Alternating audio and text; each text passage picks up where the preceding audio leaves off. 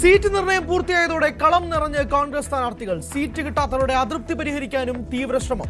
എംപിമാർ മത്സരിക്കുമെന്നത് മാധ്യമങ്ങൾ നടത്തിയ തെറ്റായ പ്രചരണമെന്ന് വി ഡി സതീശൻ.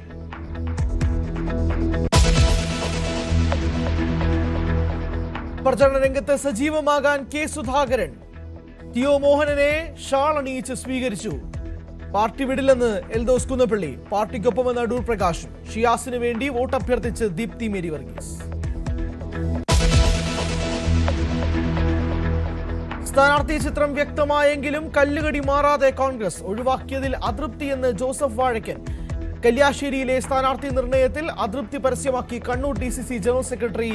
തളിപ്പറമ്പിലും പയ്യന്നൂരിലും UDFന് വിമത ഭീഷണി. പുനലൂരിലും മുസ്ലിം ലീഗും കോൺഗ്രസും നേർക്കുനേർ. ഇടുക്കിയിൽ കോൺഗ്രസ് സ്ഥാനാർത്ഥിക്കെതിരെ ജോസഫ് വിഭാഗം.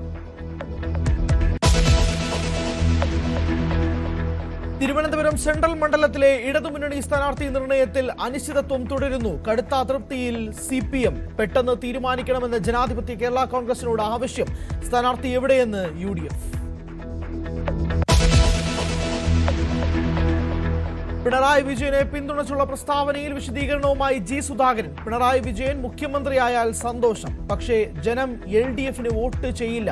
താൻ ജനകീയ സ്വതന്ത്രനാണെന്നും G സുധാകരൻ. പ്രചരണത്തിൽ കൺവെൻഷനോ കമ്മിറ്റിയോ ഉണ്ടാകില്ല. സുധാകരനായി പ്രചാരണം തുടങ്ങാൻ UDF.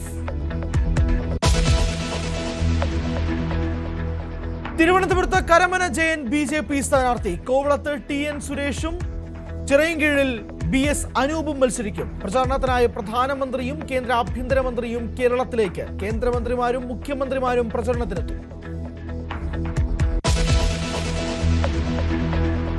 മുസ്തഫ ഖമനി ജീവനോടെ ഉണ്ടെങ്കിൽ കീഴടങ്ങണമെന്ന് ഡൊണാൾഡ് ട്രംപ്. ഇറാനുമായി ഡീലിന് ഇല്ലെന്നും ട്രംപ്. കുവൈത്ത് അന്താരാഷ്ട്ര വിമാനത്താവളത്തിന് നേരെ ആക്രമണം. UAE ഫുജൈറ ഓയിൽ ഇൻഡസ്ട്രി സോണിൽ തീപിടുത്തം.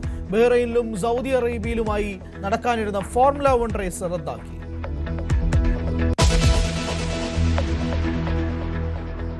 ചെറിയ പെരുന്നാൾ ആഘോഷത്തിൽ വിശ്വാസികൾ. ഈദ്ഗാഹുകളിലും പള്ളികളിലും പെരുന്നാൾ നമസ്കാരം.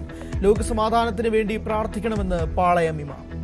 സമാധാനം പുലരണമെന്ന് തന്നെയാണ് ലോകം മുഴുക്കയും ആഗ്രഹിച്ചുകൊണ്ടിരിക്കുന്നത്. പരസ്പരം വിട്ടുവീഴ്ചകൾ ചെയ്തിട്ടാണെങ്കിലും ഒരു സമാധാന കരാർ രൂപപ്പെടുത്താൻ ലോകരാഷ്ട്രങ്ങൾക്ക് സാധ്യമാവട്ടെ എന്നതാണ് സഹോദരങ്ങളെ, സഹോദരിമാരെ, നമ്മുടെ പ്രാർത്ഥന.